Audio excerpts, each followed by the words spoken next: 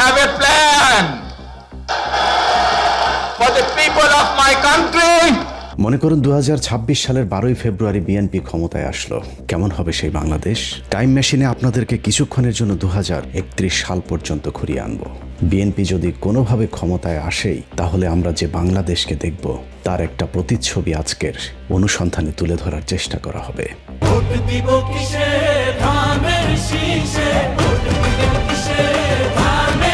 মনে করুন 12ই ফেব্রুয়ারি নির্বাচনে বিএনপি ধানের শীষ বিজয়ী হলো এবং বিএনপি সরকার গঠন করলো। তাহলে বিএনপি 12 তারিখের নির্বাচনে বিজয়ী হয়ে সরকার গঠন করলে কেমন হবে তার ভবিষ্যৎ সরকার, সেটা বুঝতে হলে তার অতীত ইতিহাস একটু দেখে আসতে হবে।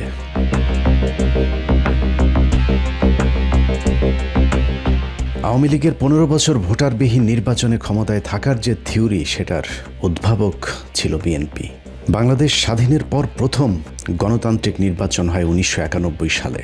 সেই নির্বাচনে বিএনপি ক্ষমতায় আসার পর 1996 সালে প্রথম নির্বাচিত কোনো সরকারের 5 বছর পূর্ণ হয়। কিন্তু ক্ষমতার 5 বছর পূর্ণ হবার পরেও বিএনপি নির্বাচন দিতে গড়িমসি শুরু করেন। ফলশ্রুতিতে জামাত, আওয়ামী লীগ সহ প্রধান রাজনৈতিক দলগুলো 1996 সালের 15ই ফেব্রুয়ারির সেই পাতানো নির্বাচনকে বয়কট করে। কিন্তু সংকটের সমাধান না করে বিএনপি জোরপূর্বক এক নির্বাচন অনুষ্ঠানের মাধ্যমে আরও এক মেয়াদ ক্ষমতায় থাকার চেষ্টা চালায়।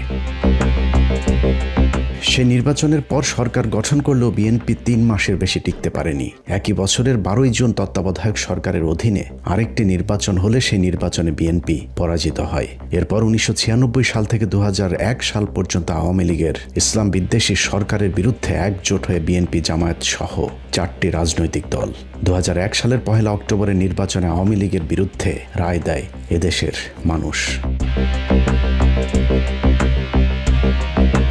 2001 সালে বিএনপি জামায়াত জোট সরকার 5 বছর ক্ষমতায় থাকার পর আবারও ক্ষমতা হস্তান্তরে গড়িমসি শুরু করে বিএনপি। বিচারপতি কে এম হাসানকে নিয়ে নানা ধরনের নাটকীয়তার পর বিএনপি পন্থী শিক্ষক ইয়াজউদ্দিন আহমেদকে একাধারে তত্ত্বাবধায়ক সরকারের প্রধান এবং রাষ্ট্রপতির পদে বসানো হয়। কিন্তু নিজের লোককে তত্ত্বাবধায়ক সরকারের প্রধান বানিয়ে আবারও ক্ষমতায় বসার স্বপ্ন পূরণ হয়নি বিএনপির। 2006 সালের জানুয়ারির 11 তারিখে শুরু হয় সেনাবাহিনীর নেতৃত্বে বহুল আলোচিত 111 সরকার।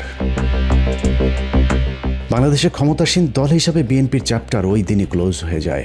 দলটি আবার কবে ক্ষমতায় আসবে তা এখনই বলা সম্ভব হচ্ছে না। তবে ক্ষমতায় থাকাকালীন বিএনপির 5 বারের দুর্নীতিতে চ্যাম্পিয়নশিপ ট্রফি থেকে শুরু করে সারের জন্য মানুষের বুকে গুলি চালানো, বিদ্যুৎ খাতে লাগামহীন লুটপাট, বিদেশে টাকা পাচারের কালিমা এখনো দগদগে হয়ে আছে বিএনপির কপালে।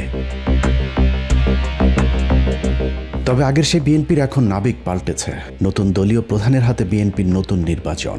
এই নির্বাচনে জয়ী হলে বিএনপি দেশ পরিচালনায় কতটা সফল হবে তার কিছুটা ধারণা পেতেই আমাদের আজকের এই ভবিষ্যতের পথে বিচরণ।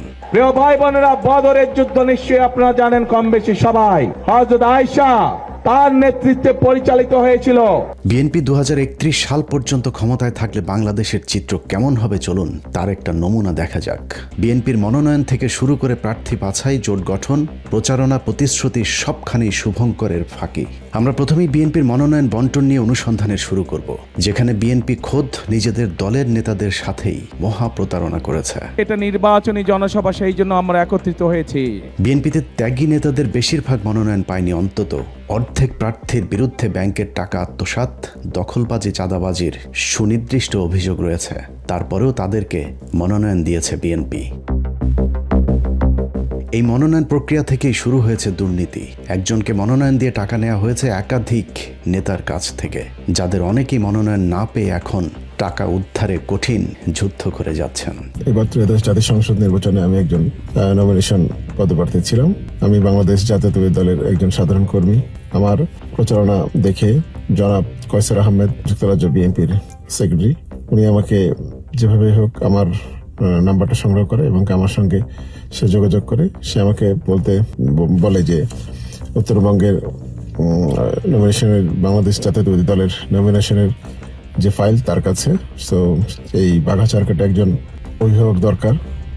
এই অভিভাবকের সন্ধানে তারা খুঁজতেছে, কিন্তু ভালো কোনো অভিভাবক পাচ্ছে না। তারা আমাকে পছন্দ করে চয়েস করেছে, সেটা আমাকে নমিনেশন দিতে চায়।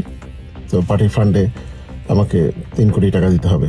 সে জনাব তারেক রহমান খুব ঘনিষ্ঠ ভজন কাছের লোক। So আমি বিশ্বাস করি এবং আমি তাকে 65 লক্ষ টাকা আমার আত্মীয় স্বজনের মাধ্যমে তার 2টা অ্যাকাউন্ট নম্বর দেয়, সে অ্যাকাউন্টে জমা করি। দেখলাম 1 মাস পার হয়ে গেল, পারে না। তো আমি বুঝতে পারছি সে পারেনি, সে আমার সাথে ফ্রড করেছে। এই চিত্র প্রায় বিএনপির প্রতিটি আসনেই। কোথাও টাকা দিয়ে ব্যর্থ হওয়ায় ত্যাগী নেতারা মনোনয়ন পাননি, কোথাও টাকা দিয়ে মনোনয়ন পেয়েছেন, আবার কোথাও আম ছালা দুটোই হারিয়েছেন। টাকা পয়সা যে হয়েছে এটা আপনারা জানলেন কিভাবে? সবাই জানে, সবাই জানে।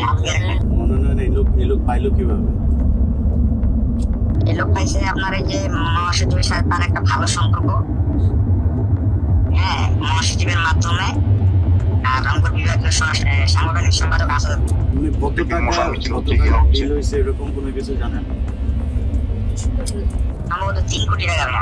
এটা ভাগ করে নিছে মহাসচিব আপনার আসাদের হাবিবুল্লাহ, আব্দুল সাত্তার পাটোয়ারি। কত আসন এটা নীলফামারী? ঠিক আসুন ভাইয়া। আমরা আন্দোলন সংগ্রাম এত কষ্ট করলাম, এই করে এখন যে সুদিন দেখলো আবার উনি টাকা আছে, এইসব মানুষের তো সুযোগ আছে ভাই, ওরা তো আসলে জায়গা পেয়ে যায়। এরা মানুষের তো অনেক সমস্যা। এর চ্যানেল কে কার মাধ্যমে করছে? এর চ্যানেল হলো ডাক্তার জাহিদ। এক্স্যাক্টলি কোনো অ্যামাউন্ট জানছেন যে কত টাকা দিছে বা কি এরকম কিছু জানতে পারছেন? উনি তো নিজেই প্রকাশ্যে বলছে আমার 100 কোটি টাকা লাগলো, আমি আনবো, যেমনি হোক আমি আনবো। 3.5 কোটি টাকা কন্ট্যাক্ট করছিল আমার সাথে। আচ্ছা, আমাকে চাইছে তো আমি তো জানি তো হওয়ার কথা না, তারপরে যেভাবে বলছে আর কিভাবে ইয়ে করছি। তো এখন তো আমাকে বললো যে আগে 70 লাখ টাকা আগে দিতে হবে, পরে রমেশেক পেলে বাকিটা, এরকম কথা তো ছিল, বলছে টলছে। তা এখন আমাকে যখন বলছে টাকা দিয়ে দিচ্ছে আগে, কিন্তু দেখলাম চাঁদ সাহেবকে যখন পঙ্কজ সাহেব বিজ্ঞানী দিল, তখন আমি কাউসারকে ফোন দিলাম। আপনি বললেন যে নমিনেশন আমাকে দিবেন, তারেক রহমান আমাকে দিবে, এটা বললো। আপনি বলছেন তো ওই নমিনেশন তো ওনাকে দিল। তো তখন মানে সে বলছিল যে যদি ওয়েট করে 1 সপ্তাহ, যদি নমিনেশন তুমি না পাও তোমার টাকা রিফান্ড করে দিব। টাকা দেখি 65 লাখ, 70 লাখ দিইনি, 65 লাখ দিয়েছিলাম। সবচেয়ে ধোঁকা খেয়েছেন বিএনপির সাথে যারা জোট করেছেন তারা। অনেক স্বপ্ন নিয়ে জোটে যারা অংশ নিয়েছিলেন তাদের সকলেই এখন ছেড়ে দেমা কেঁদে বাঁচি অবস্থা। এই যেমন নিজের দলের সাধারণ সম্পাদকের পদ থেকে পদত্যাগ করে বিএনপিতে যোগ দিয়ে স্বপ্ন দেখেছিলেন যদি একবারের জন্য এমপি হওয়া যায়, কিন্তু ধানের শীষ প্রতীক রাশেদ খানকে দেয়া হলেও বিএনপি কৌশলে তাদের আরেকজন প্রার্থীকে স্বতন্ত্র হিসেবে দাঁড় করিয়ে দেন ঝিনাইদহ 4 আসনে। দিন যত যাচ্ছে রাশেদ খান বুঝতে পেরেছে বিএনপির ভয়ঙ্কর ফাঁদে একুল উকুল সবই হারিয়েছেন তিনি। বিএনপির স্বতন্ত্র প্রার্থীর তাণ্ডবে রাশেদ খান নির্বাচনের মাঠে কোণঠাসা হয়ে পড়েছে। পরিস্থিতি যা দাঁড়িয়েছে, ঝিনাইদহ 4 আসনে রাশেদ খান তার নিজের ভোটটাও দিয়ে এলাকা ছাড়তে পারবেন কিনা তা নিয়ে সংশয় তৈরি হয়েছে। কারণ রাশেদ খানকে এরই মধ্যে অবাঞ্ছিত ঘোষণা করেছে ঝিনাইদহের বিএনপির নেতাকর্মীরা।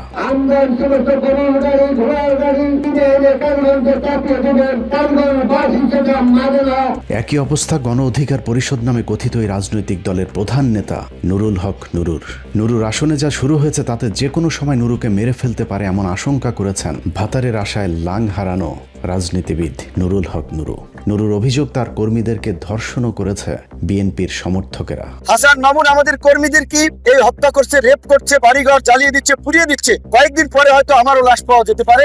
অথচ বিএনপি তাকে কথা দিয়েছিল ওই আসনে বিএনপির কোনো প্রার্থী থাকবে না। নুরুল হক গণ অধিকার পটুয়াখালী 3।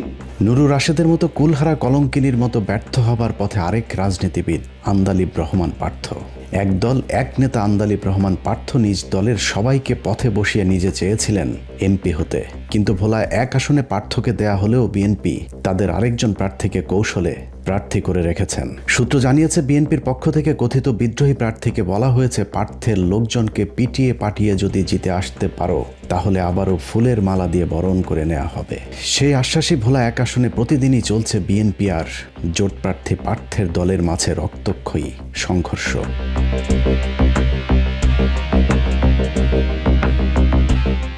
এভাবে বিএনপির জোটে যারা গিয়েছেন তাদের সকলেই এখন বিএনপির সাথে জোট করার কর্মফল ভোগ করছেন, অথচ জামায়াত ইসলামের জোটে যারা অংশ নিয়েছেন তাদের প্রার্থিতা ঘোষণার সাথে সাথেই জামায়াত ইসলামের সম্ভাব্য প্রার্থীরা তাদের প্রার্থিতা প্রত্যাহার করে নিয়েছেন। 10 দলীয় নির্বাচনী ঐক্যের চূড়ান্ত প্রার্থী হিসেবে এনসিপির জুবাইরুলকে সমর্থন দিয়ে নির্বাচন থেকে সরে দাঁড়ালেন চট্টগ্রাম 8 আসনের জামায়াতের প্রার্থী ডাক্তার মোহাম্মদ আবু নাসের। জামাত ইসলামী কেন্দ্রীয় সংগঠনের সিদ্ধান্ত এবং 10 দলীয় জোটের সিদ্ধান্তের প্রেক্ষিতে নারায়ণগঞ্জ 3 আসন থেকে বাংলাদেশ জামাত ইসলামীর মনোনীত প্রার্থী দাঁড়িপাল্লা প্রতীকের ডক্টর ইকবাল হোসেন ভূঁইয়া আজকে থেকে ফরমালি সরে দাঁড়ালেন। জামায়াতের এসব প্রার্থীদের অনেকের নিশ্চিত জয়ের সম্ভাবনা থাকা সত্ত্বেও তারা ভোটারদের চোখের পানিতে বিদায় নিয়েছেন। এটা কোনোভাবে আমি নিতে পারতেছি না। আজকে যাকে দেওয়া হয়েছে কেন্দ্রতে এজেন্ট দেওয়ার মতন পক্ষ নাই, আর যেখানে আপনার জনপ্রিয়তা সবার উপরে। আমরা খুব আশাবাদী ছিলাম এবার রামগঞ্জ জায়গাকে আপনাকে বিপুল ভোটে বিজয়ী করবো ইনশাল্লাহ, কিন্তু ভাই যে সিদ্ধান্ত কেন্দ্র থেকে নেওয়া হয়েছে এটা কোনোভাবে মেনে নিতে পারতেছি না। আমার কেন জানি মনে হচ্ছে আপনি এককভাবে নির্বাচন করলেও আপনি আমার সংসদে যাবেন ইনশাল্লাহ। নির্বাচনের জোটে আসা প্রার্থীদের সাথে বিএনপি যে প্রতারণা করেছে তাতে এই দলের সাথে ভবিষ্যতে কেউ জোট করবে কিনা তা নিয়ে সন্দেহ তৈরি হয়েছে। তাদের এখন নিরাপত্তা নিয়ে আমরা শঙ্কিত। অনতিবিলম্বে হাসান মামুনের প্রার্থিতা বাতিল করতে হবে। নিজের জোট সঙ্গীদের সাথে প্রতারণার পাশাপাশি বিএনপি ভোটারদের সাথেও প্রতারণা শুরু করেছে। ফ্যামিলি কার্ডটা আমরা ইনশাআল্লাহ সরকার গঠন করলে যত পরিবার আছে বাংলাদেশে আমরা চেষ্টা করব সবাইকে দিতে। দীর্ঘ 17 বছর ঢাকা লন্ডন যৌথ প্রযোজনায় বিএনপি একটি কার্ড উদ্ভাবন করেছে যার নাম ফ্যামিলি কার্ড, কিন্তু এই কার্ড আরো 4 বছর আগে পুরাতন হয়েছে। শেখ হাসিনার সময়েই 1 কোটি ফ্যামিলি কার্ডকে স্মার্ট কার্ডে রূপান্তরিত করা হয়েছিল, কিন্তু দুর্নীতি আর অব্যবস্থাপনায় সেই প্রকল্প ব্যর্থ হয়। 1 কোটি ফ্যামিলি কার্ড পরিণত হয়েছে স্মার্ট কার্ডে। রাজধানীর বিভিন্ন অঞ্চলে বিতরণ করা হয়েছে এই আধুনিক কার্ড। হাসিনার আমলে শুরু হয় স্মার্ট কার্ড আবারও পুরাতন ভার্সন ফ্যামিলি কার্ডে ফিরিয়ে নিয়ে 1 কোটির পরিবর্তে 50 লাখ কার্ড দেওয়ার মহা এক পরিকল্পনা হাতে নিয়েছে বিএনপি। এগুলো কিসের কার্ড? এগুলো কিসের কার্ড? এগুলো কি বিতরণ করেন? কিসের কার্ড এগুলো? হাতে নাতে ধরা হয়েছে কার্ড বিতরণ করেন। এইগুলো দাম শেষে ভোট দিন আর ফ্যামিলি কার্ড এগুলো। হ্যাঁ, এটা হলো যদি এই যে এদের ফাইল করে উঠাও। এই হলো শেখ হাসিনার 10 টাকা সে চাউলের মতো। 10 টাকা সে চাউল কিনে ঘরে চাউল রাখার জায়গা নেই। তারপরেও সমস্যা নেই, খালি হাতে ফেরানোর চেয়ে কিছু একটা দিচ্ছে তাতেও সমস্যা কি? কিন্তু বিএনপি নির্বাচিত হবার আগেই যে জালিয়াতি শুরু করেছে তাতে জনমনে আশঙ্কা তৈরি হয়েছে বিএনপির এই ফ্যামিলি কার্ডটুকু পাওয়া যাবে কিনা। তারেক রহমান ইতিমধ্যে ঘোষণা করেছেন বাংলাদেশের 50 কোটি লোকেরকে ফ্যামিলি কার্ড দেওয়া হবে। 18 থেকে 20 কোটি মানুষের দেশে বিএনপি প্রতিশ্রুতি দিচ্ছে 50 কোটি কার্ড বিতরণের। কোথাও আবার এই কার্ডে হরেক রকমের পণ্যের সাথে নগদ টাকা দেওয়ারও মিথ্যা আশ্বাস দেওয়া হচ্ছে। এই যে ফ্যামিলি কার্ড গুলো বিতরণ করছেন এটা বিএনপি সরকার থেকে দেওয়া হয়েছে। আজকে ফ্যামিলি কার্ডের বিনিময়ে পণ্য বিক্রি হচ্ছে, 1300 টাকা করে সেই পণ্য দেওয়া হচ্ছে ফ্যামিলি কার্ডে। 2000 টাকার মাল সামানা দেওয়ানোর পরে নগদ টাকা দিব আর 2000 টাকা এই ধানের শীষে ভোট দিলে। বাজারে গেলে ফ্যামিলি কার্ড নিয়ে গেলে 100 টাকার বাজার 50 টাকা হয়ে যাবে। ফ্যামিলি কার্ডের সাথে কোথাও আবার কৃষি কার্ডও দেওয়া হচ্ছে। আপনাদের ওয়াইফের জন্য একটা ফ্যামিলি কার্ড করে দেবে, আর আপনাদের কৃষির জন্য ফ্যামিলি কার্ড করে দেবে। ফ্যামিলি কার্ড এবং আছে কৃষি কার্ড। কৃষি কার্ডে কৃষি সরঞ্জামাদি যত আছে সার কীটনাশক সহ সবকিছু। এই কার্ড ব্যাংকে দেওয়ার সাথে সাথে টাকা দেবে, হয়তো 15,000 টাকা লাগবে 15,000 দিল, নাহলে 20,000 লাগবে 20,000 দিল। এই ফ্যামিলি কার্ডের মাধ্যমে আপনি 25 কেজি চাউল কিনতে পারবেন, 1 কেজি নুন কিনতে পারবেন, একদম বিনামূল্যে বিনা পয়সা। আর যদি লোনের দরকার হয় ব্যাংকে যাবে, ওই তোমার আরএস খোতানো যাবে না, এসে খোতানো যাবে না, এই কার্ড ব্যাংকে দেওয়ার সাথে সাথে টাকা দেবে, হয়তো 15,000 টাকা লাগবে 15,000 দিল, নাহলে 20,000 লাগবে 20,000 দিল। জালিয়াতির এখানেই শেষ নয়, বিএনপির নেতাকর্মীরা বিভিন্ন জায়গায় গ্রামের সহজ সরল মানুষকে বোকা বানিয়ে ফ্যামিলি কার্ডের নামে তাদের কাছ থেকে হাতিয়ে নিচ্ছেন বিভিন্ন অঙ্কের টাকা। 200 টাকা নিছে, আরো 7 জনের কাছ থেকে মনে করেন 750 টাকা করে টাকা নিছে। চলে গেছে, কোন একটা ফ্যামিলির দেয় নাই, সে ভাইগে গেছে। আপনাদের কাছে কত করে টাকা চাচ্ছ? 100 টাকা। বিএনপির বিভিন্ন মিছিলগুলোতে বিরিয়ানির প্যাকেট আর টাকার প্রলোভন দেখিয়ে মানুষকে ভাড়া করে নিয়ে যাওয়া হচ্ছে, কিন্তু যেসব মানুষকে ভাড়া করে আনা হচ্ছে তাদের সাথেও ধোঁকাবাজি করেছে দুর্নীতিতে 5 বারের চ্যাম্পিয়ন এই দলটি।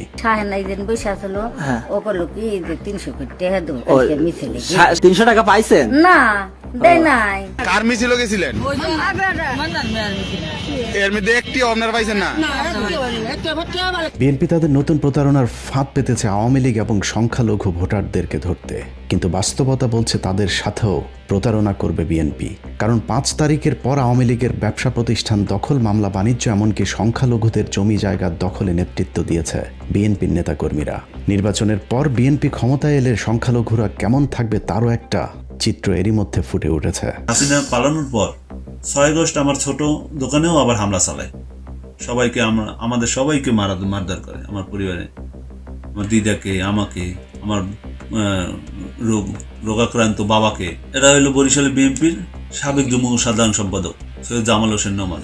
তারপরেও বিএনপি আওয়ামী লীগ এবং হিন্দুদের ভোট পেতে নানা ধরনের লোভনীয় অফার দিয়ে মাঠে নেমেছে। আওয়ামী লীগ বিএনপির ভাই ভাই দানের শীষে ভোট চাই। আদালতে চলমান অবস্থাতেই বিএনপি ক্ষমতায় গেলে সব মামলা তুলে নেয়ার মিথ্যা আশ্বাস দেওয়া হচ্ছে বিএনপির সর্বোচ্চ পর্যায় থেকে। যত মামলা আছে আওয়ামী লীগের বিরুদ্ধে আমরা সমস্ত মামলাগুলো তুলে নেব। 1.5 বছর আওয়ামী লীগের কাছ থেকে মামলা বাণিজ্য করবার পর পাপিয়ার ঘর জামাই হারুনুর রশিদ এখন আশ্বাস দিচ্ছেন আওয়ামী লীগের কাউকে হয়রানি করা হলে থানা ঘেরাও করা হবে।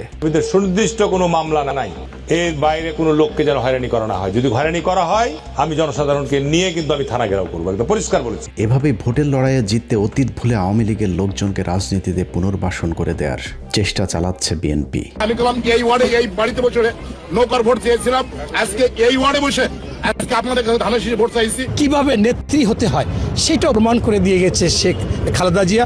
আসসালামু আলাইকুম। জয় জয় তারেক রহমান জিন্দাবাদ, তারেক রহমান জিন্দাবাদ। এই বলি আমি শেষ করছি। জয় বাংলাদেশ জিন্দাবাদ। জয় বাংলা। বিএনপির মিটিং, মিছিল, জনসভায় এখন প্রকাশ্যেই জয় বাংলার স্লোগান দেওয়া হচ্ছে। সব মিলিয়ে আওয়ামী লীগ আর বিএনপি এখন এক অভিন্ন সত্তা। চোর, বাটপার, চাঁদাবাজেরা আজ একই ছাতার নিচে দাঁড়িয়েছে। তবে আওয়ামী লীগের সাথে বিএনপির এই মাখামাখি যে 12 তারিখের ভোটে জেতার কৌশল, সেটা মাঝে মধ্যে তাদের নিজেদের মুখ ফসকে বের হয়ে যাচ্ছে। আমাদের মতো অনেকেই মনে করেছিল তারেক রহমান দেশে ফিরলে হয়তো বিএনপির অন্যরকম এক রূপ দেখা যেতে পারে, কিন্তু যাহা লাউ তাহাই কদু। বিএনপি সরকারের অতীতের দুঃশাসনের কথা মনে পড়লে সবার আগে একটি ভবনের নাম ভেসে ওঠে, তার নাম হাওয়া ভবন। অভিশপ্ত এই ভবনের সাথে একজন ব্যক্তির নাম জুড়ে আছে, যার নাম গিয়াসউদ্দিন আল মামুন। অনেকেই মনে করেন মামুনের সাথে তারেক রহমানের সম্পর্কের অবনতি হয়েছে, কিন্তু বাস্তবে মামুন এখনও তারেক রহমানের সবচেয়ে ঘনিষ্ঠ জনদের একজন। যদিও সম্পর্ক টিকিয়ে রাখতে নতুন কৌশলের আশ্রয় নিয়েছে বিএনপি। গিয়াসউদ্দিন আল মামুনকে পর্দার আড়ালে রেখে তার আপন ভাই হাফিজ ইব্রাহিমকে দেয়া হয়েছে ভোলা 2 আসনের মনোনয়ন, যা ভোলার সাধারণ মানুষকে চরমভাবে উদ্বিগ্ন করে তুলেছে। 1 বছর এই যে 5 আগস্টের পরের তোরে লুটফাট করছে জাগরে নিয়া। আমার ফেসবুকে লেখছে হাফিজ ইব্রাহিমের নিয়ে কথা বললে হাত পাও ভেঙ্গে গুঁড়া করিয়া ফেলবো। আমার নিজের ঘর, আমার কড়াই করা সম্পদ এবং আমার বসত ঘর, যেখানে আমি 20-22 বছর ধরে বসত থাকতেছি, সেখান থেকে আমার এই 2 বাচ্চা নিয়ে আমার ওদিক থেকে মাইরে তারপরে বের করে দিছে। এমন অবস্থা করছে যে আমি কোন রকম জানটা নিয়ে বের হয়েছি। সেখানে বিএনপির সাঙ্গপাঙ্গ ছিল, যে বললাম যাদের নাম নাসিম কাজী ছিল। নাসিম কাজী আমি প্রথম শুরু থেকেই বলছি, বিএনপি বন্দিবাদা বিএনপি হয়েছে গুন্ডারিন, এটা একটা মানুষ নয়, সব গুন্ডায় বইরে গেছে। জেনে না মহিলাকে অত্যাচার করে, চুল কেটে দেয়, ওটা করে এটা করে, সব কিছু গুন্ডারিন। আমার এই দোয়ান পাট সব ভাঙ্গা চূড়া করছে, আমার গলায় 2টা বগিদাও ধরছে। এই বাজে ধরে এই শালি চুট মারানি মোবাইল দিয়ে আনা করে দাও দিয়া উবয়া আনা করে দিন। 15 মিনিটসের কাছে আসা নথিতে দেখা যায় গিয়াসউদ্দিন আল মামুনের ভাই হাফিজ ইব্রাহিম তার স্ত্রী মাফরুজা সুলতানার সহ পরিবারের সদস্যের নামে কয়েকশো কোটি টাকার ঋণ খেলাপি রয়েছে। শুধুমাত্র ফার্স্ট সিকিউরিটি ব্যাংকেই খেলাপি ঋণ রয়েছে 106 কোটি টাকা। তারপরেও তার প্রার্থিতা বাতিল করা যায়নি, কারণ বিএনপির সর্বোচ্চ নীতি নির্ধারকদের চাপে ব্যাংক কর্তৃপক্ষ এবং নির্বাচন কমিশন হাফিজ ইব্রাহিমের প্রার্থিতা বাতিল করার সাহস দেখায়নি। পর্দার আড়ালে থাকা গিয়াসউদ্দিন আল মামুনের ক্ষমতাকে কাজে লাগিয়ে হাফিজ ইব্রাহিম ভোলায় এক ত্রাসের রাজত্ব কায়েম করেছেন। এমনকি বিএনপির সম্ভাব্য যেসব প্রার্থী মনোনয়নপত্র তুলতে চেয়েছিলেন তাদেরকেও এলাকাতেই ঢুকতে দেয়নি হাফিজ ইব্রাহিম। কিছু সন্ত্রাসী, আমি যতটুকু জানি, ওনারা হাফিজ ইব্রাহিমের পক্ষে স্লোগান দিয়ে ওদের উপরে হামলা চালায়। ভোলার বোরহানউদ্দিন এবং দৌলত খান উপজেলার বাজার ও নদী ঘেঁষা চরগুলোকে কেন্দ্র করে ব্যাপক চাঁদাবাজির অভিযোগ উঠেছে গিয়াসউদ্দিন আল মামুনের ভাই হাফিজ ইব্রাহিমের বিরুদ্ধে। স্থানীয় সূত্রগুলো জানিয়েছে উপজেলায় অন্তত 30টির বেশি বাজার ও একাধিক চর এলাকা থেকে তিনি ও তার অনুসারীরা মোটা দাগে প্রতি মাসে 50 কোটি টাকার বেশি চাঁদা আদায় করছেন।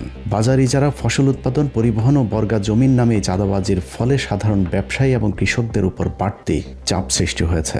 এর বাইরেও কৃষকদের বাড়ি থেকে হাঁস, মুরগি, গরু জোরপূর্বক ধরে নিয়ে যেয়ে খেয়ে ফেলার অভিযোগ উঠেছে হাফিজ ইব্রাহিমের অনুসারীদের বিরুদ্ধে। রুবেলা দ্বারে আমাকে হাঁস, মুরগি, গরু, ছাগল, ভেড়া লইয়া যায়, আমরা জিগাইলে কা হাফিজ ইব্রাহিমে কইছে। হাফিজ ইব্রাহিমের দয় দিয়ে আমার উপর এত অত্যাচার করে, আমাকে ছাগল যা আছে সবই লিয়ে যায়। আমাকে তো টেয়া খোঁজে, গাছের টেয়া দিতাম, আমরা গাছ টেয়া দেই না দেখিয়া এই আমার উপর অত্যাচার করে হাফিজ ইব্রাহিমের অনুসন্ধানে জানা যায় বোরহানউদ্দিন উপজেলার বোরহানউদ্দিন বাজার, কুঞ্জিরহাট বাজার, কালীরহাট, চৌমোহনীর হাট, শিকদারহাট বাজার, মানিকারহাট, মুন্সিরহাট, আলিমউদ্দিন বাংলা বাজার, মোল্লারহাট বাজার, গফুরগঞ্জ বাজার সহ কুঞ্জিরহাট, বোরহানউদ্দিন ও বোরহানগঞ্জ বাজার থেকে 1 কোটি টাকার বেশি চাঁদা তোলা হচ্ছে। মনে করেন আমরা কোনো মাস্টার পাই না, এরা কারা এনে হালুদ্দিন ওরা চাইবে কেন আইসি ওরা জিগাম ভাই তুই কারেন্ট দিয়ে আমাকে ব্যাকের কিছু নষ্ট করিস কে এই বিদায় এই ধরেন ওরা আইয়া বিসিআর এই ফিটান আরম্ভ না করছে। বোরহানউদ্দিনের পাশের চরগুলোর মধ্যে চর শরীফাবাজ, চর রামকানাই, চর গিরিশ, পাতার চর, ধারিয়া সাকুচিয়া, বয়ার চর, রিভার ব্লক ও চর কলাগাছিয়ার মানুষ যেন অত্যাচারী এক জমিদারের অধীনে প্রজা হয়ে বাস করছেন, যে কারণে এই আসনটিতে দাঁড়িপাল্লার প্রার্থীর ভূমিধস জয়ের সম্ভাবনা তৈরি হয়েছে। ফলশ্রুতিতে ভোলাতেই সবচেয়ে বেশি হামলার শিকার হচ্ছেন জামায়াত প্রার্থী অধ্যাপক মাওলানা নজরুল ইসলামের অনুসারীরা। এভাবে বহর করতেও দিবেন না, বহর না দানের শীষ নিয়ে বহর দিলে মাত্র এক জায়গা হাফিজ ইব্রাহিম দিবে। একই অবস্থা দেশের প্রায় সব বিএনপির প্রার্থীদের। বিএনপি যেন বেছে বেছে অবৈধ টাকার পেশি শক্তির অধিকারী প্রার্থীদেরকেই বাছাই করেছেন। বিএনপি ক্ষমতায় আসলে এদেশের মানুষ কেমন থাকবে তা বোঝার জন্য আরেকটি আসন থেকে ঘুরে আসব, যেখানে ক্ষমতায় আসার আগেই মানুষের জীবনে নাবিশ্বাস তুলে দিয়েছে বিএনপি মনোনীত প্রার্থী শরীফুজ্জামান শরীফ আর তার ভাই টরিক। বাংলাদেশে যত দামি দামি লোক আছে, যত প্রেসিডেন্ট ছিল, যত মন্ত্রী ছিল, এমন কেউ নাই আমার দরবারে যায় নাই, এমন কোন পার্টির নেতা নাই আমার কাছে যায় নাই। চুয়াডাঙ্গা 1 আসন থেকে মনোনয়ন পাওয়া সাবেক চরমপন্থী নেতা শরীফুজ্জামানের বিরুদ্ধে চাঁদাবাজি, দখল, লুটপাট, এমনকি খুন ধর্ষণের অভিযোগ রয়েছে। শরীফের আপনি হলো মানে একটা বেহায়া, একটা কান কাটা, একটা নির্লজ্জ বেহায়া পুরুষ। ওর ইজ্জত শেষ হয়ে যাক, ওর বউয়ের ইজ্জত শেষ হয়ে যাক, তা নিয়ে ওর কোনো মাথা ব্যথা নাই। বক্তব্য দেয় নারী শরীফুজ্জামানের সাবেক স্ত্রী, যাকে গোপনে বিয়ে করে কিছুদিন ভোগ করার পর শরীফুজ্জামান ছুঁড়ে ফেলেছেন। শরীফ আমাকে ওই যে লিডার তারেক রহমান নিজেই ভালো না, শুধু কে কথা বলছে, আরো কত কিছু বলছে। থানার মধ্যে আমাকে বলছে আপনি তারেক রহমানের কাছে যাই কি করবেন, বা ফখরুলের মহাসচিবের কাছে যেয়ে কি করবেন। ওই দিনও থানায় আমাকে বলছে এবং সার্কেল এসপির সামনে বলছে। তারেক রহমানকে জিজ্ঞাসা করবো, সার্কেল এসপি তো পুরো ওদের হয়ে কাজ করছে। 5 আগস্টের পর নিজের অবস্থান পরিবর্তনের সাথে সাথে নিজের স্ত্রীও পরিবর্তন করেছেন। নানাভাবে ওই নারীকে মুখ বন্ধ রাখার চেষ্টা করে ব্যর্থ হবার পর মিথ্যা স্বর্ণ চোরা কারবারের মামলায় জেলে পাঠিয়েছে শরীফ। ভোরবেলা হামলা করে নিয়ে গেল, নিয়ে যাওয়ার পরেই শুনতে গোয়েন্দা বাহিনী আমাকে জানায় যে আপনার মেয়েকে নিয়ে গেছে চুয়াডাঙ্গা সদরে। আমি যে দেখি সদরেও নাই, কোর্টেও নাই। তারপর আমি আবার শুনলাম যে জেলখানা। তো মেয়েকে ডাক দিয়ে বললাম যে পুতুল কি হয়েছে? কইছে মা আমাকে বলছে কি পুলিশ যে তুমি উঠো কোর্টে। না তো কেন? না তো তুমি যে শরীফের নামে মামলা করতে চেয়েছো সেটা পোট আপ করবো, কইয়া নিয়েছে, নিয়েই না মা আবার আমাকে জেলখানাতে ভরে দিয়েছে। ইলিয়াস ভাইয়ের প্রতিবেদনে আমার বোন সাক্ষাৎ দেওয়ার পরেই ভোরবেলা আমার বোনকে শরীফ আর শরীফের গুন্ডাপান্ডা বাহিনী পুলিশ দিয়ে আমার বোনকে তুলে নিয়ে যায়। একটি স্কুলের গানের শিক্ষিকা ওই নারী বিএনপির রাজনীতির সাথেও জড়িত ছিলেন। এমনকি পুরো পরিবার আওয়ামী লীগ সরকারের আমলে হামলা মামলার শিকারও হয়েছিলেন একাধিকবার। অথচ নিজের স্বার্থে বিএনপির এমপি প্রার্থী শরীফ তাকে বন্দী করে রেখেছেন। আর পুতুলের পরিবারের এখন সময় কাটে আদালতের বারান্দায় বারান্দায়। ছোটবেলার থেকে তার চিনি একখানে রয়েছি, তা সে কি করে এইসব ব্যবসা করে, এইসব ব্যাপারে সে নাই। পুতুল মেয়েটা খারাপ না, এটি যা মানুষে বলছে এটা মনে করেন একটা সত্যায়ন করে বলছে। আমার জীবন আমি দেখি, আমি তো 2বার 3বার এদিকে আসিয়া যাই। আমরা দেখিনি যে তার খারাপ আচরণ আমরা কোনদিন দেখিনি। যদি এইভাবে আরো নির্যাতন হতে থাকে তাহলে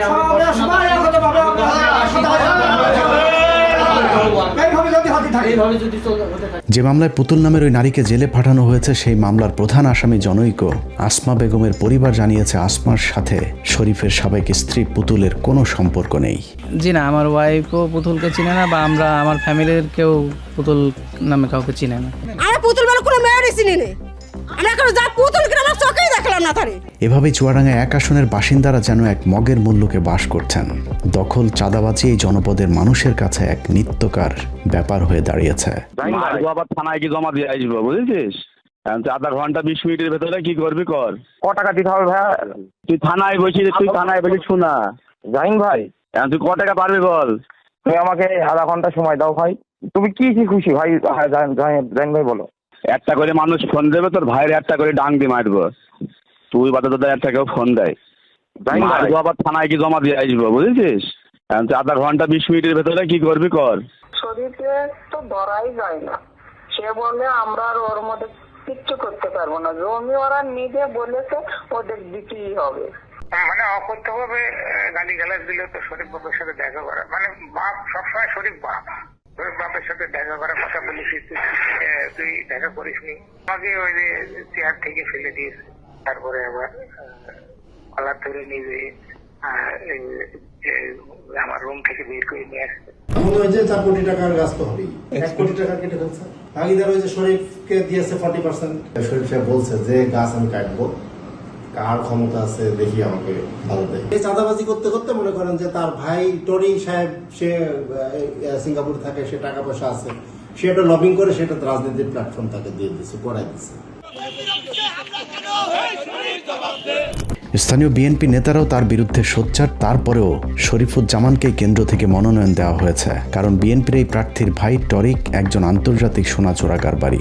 ডায়মন্ড ওয়ার্ল্ডের মালিক দিলীপ আগারওয়ালার ব্যবসায়িক পার্টনার টরিক সিঙ্গাপুরে ব্যবসার নামে বিএনপির অনেক নেতার টাকা পাচারের অন্যতম সহযোগী, যে কারণে বিএনপির তাকে প্রয়োজন। চুয়াডাঙ্গা আলমডাঙ্গায় যে চাঁদাবাজ হচ্ছে, এই চাঁদাবাজ গুলা শরীফের নেতৃত্বে হচ্ছে এবং দখল করছে এবং বহু টাকা চাঁদা তুলেছে চুয়াডাঙ্গা এবং আলমডাঙ্গা, এবং আওয়ামী লীগের লোককে শেল্টার দিচ্ছে এবং চাঁদা তুলছে। তার নেতৃত্বে বিএনপি ঐক্যবদ্ধ থাকবে কিনা, এখন বিএনপি 5টা খণ্ডে খণ্ডিত, রাজনৈতিক অবস্থান একেবারে নাই বললেই চলে। আজ চুয়াডাঙ্গা জেলার সেক্রেটারি নির্দেশে তার পেটোয়া বাহিনীর অস্ত্রে শস্ত্রে সুসজ্জিত হয়ে আজকে আমার বাড়িতে অ্যাটাক করে।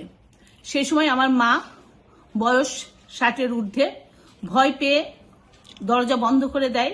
আমাকে না পেয়ে তারা আমার অফিস ব্যাপকভাবে ভাঙচুর করে, যেটা আমার জন্য অত্যন্ত দুঃখজনক। চুয়াডাঙ্গা 1 আসনের দাঁড়িপাল্লার প্রার্থী অ্যাডভোকেট মাসুদ পারভেজ রাসেলের বিনা প্রতিদ্বন্দ্বিতায় জয়ের সম্ভাবনা তৈরি হয়েছে, যে কারণে শরীফের নেতাকর্মীরা এলাকায় মানুষকে নানাভাবে ভয় ভীতি দেখিয়ে ভোটে জেতার চেষ্টা চালিয়ে যাচ্ছে। তোরা আওয়ামী লীগ করিস, যাই করিস, এখন আওয়ামী লীগ বিএনপির কোনো ভেদাভেদ নেই। এখন আওয়ামী লীগের বিএনপি এক হয়ে গিয়েছে, বুঝতে পেরেছিস? আমাদের বিরুদ্ধে দাঁড়াইতে হবে, ভোট টানে শিশি দিতে হবে, যেহেতু নৌকা নেই। একদম সকাল সকাল ভোট কেন্দ্রে চলে যাবি, আর যে কটা বাড়ির লোক আছে তোদের সব ভোট কটা জনে আমরা দেখতে পাই, আমাদের সামনে মারবি, ঠিক আছে তো? কোথাও বলা হচ্ছে জনগণ ভোট না দিলেও নাকি শরীফুজ্জামান শরীফ ধানের শীষে বিজয়ী হয়ে আসবে। এমপি তো আমরা হবই, আপনারা কেউ ভোট না করলাম।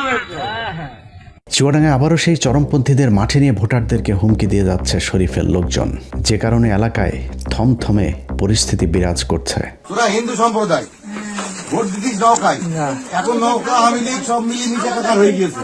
আর আমরা গ্রামের ছেলে জল, গ্রামের ছেলে 5 গ্রাম কুমলাপুরি ছেলে ভরে দাঁড়িয়েছে। এমপি হবে হলে আমাদের ভাগ্য পরিবর্তন হবে। ধানের শিশি ভোটটা দিবি তো? সকাল সকাল চলে যাবা, তোদের বাড়ি যে করা আছে সব বুঝি ভোট নিয়ে নিবি। আর তোদের যা সমস্যা, শুধু চুয়াডাঙ্গার শরীফুজ্জামান শরীফ কিংবা ভোলার হাফিজ ইব্রাহিম নয়, সারা দেশেই জনগণের সাথে সাপ লুডু খেলেছে বিএনপি। 1.5 বছরে চাঁদাবাজির সুনির্দিষ্ট অভিযোগে যাদেরকে বহিষ্কার করা হয়েছিল তাদেরকে আবার ঘোষণা দিয়ে দলে ফিরিয়ে এনেছে। সেই সাথে বহিষ্কার হওয়া এসব চাঁদাবাজদের মধ্য থেকে 24 জনকে আবারও বহিষ্কারাদেশ প্রত্যাহার করে ধানের শীষের মনোনয়ন দেওয়া হয়েছে। বিএনপিতে খেলাপি ঋণ রয়েছে এমন প্রার্থীর সংখ্যা 31, যাদের সকলে আওয়ামী লীগ আমলে ব্যবসা করেছে, এমনকি ব্যাংক থেকে লোনও নিয়েছে আওয়ামী লীগের আমলে। এদের মাঝে অনেক প্রার্থীর পরিবারের নামেও খেলাপি ঋণ রয়েছে। সম্প্রতি এশিয়া পোস্টে খোদ মির্জা ফখরুল ইসলাম আলমগীরের ভাইয়ের 22 কোটি টাকার ঋণ মওকুফের খবর বেরিয়েছে। যে ঋণ মির্জা ফখরুল ইসলামের ভাই মির্জা ফয়সাল আওয়ামী লীগ আমলে নিয়েছিলেন। প্রথম প্রশ্ন হলো, আওয়ামী লীগ আমলে মির্জা ফখরুলের ভাই ব্যাংক থেকে লোন পেলেন কিভাবে? আর দ্বিতীয় প্রশ্ন, বিএনপি ক্ষমতায় আসার আগেই যদি ক্ষমতার দাপটে ব্যাংকের লোন মওকুফ করিয়ে নেওয়া যায়, তাহলে ক্ষমতায় আসার পর তাদের পুরো ব্যাংক কবজা করতেও সময় লাগবে না।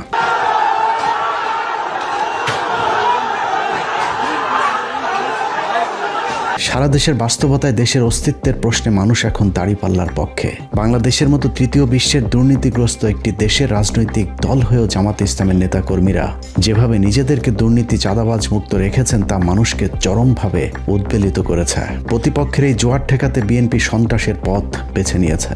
বিভিন্ন জায়গায় জামাতের পুরুষ কর্মীদের সাথে না পেরে নারী কর্মীদের উপর ন্যাক্কারজনক হামলার পথ বেছে নিয়েছে বিএনপি।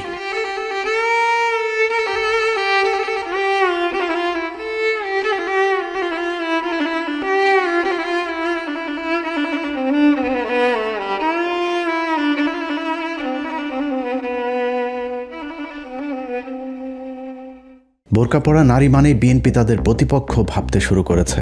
এ যেন আওয়ামী লীগের ভয়ঙ্কর রূপ বিএনপির উপর ভর করেছে।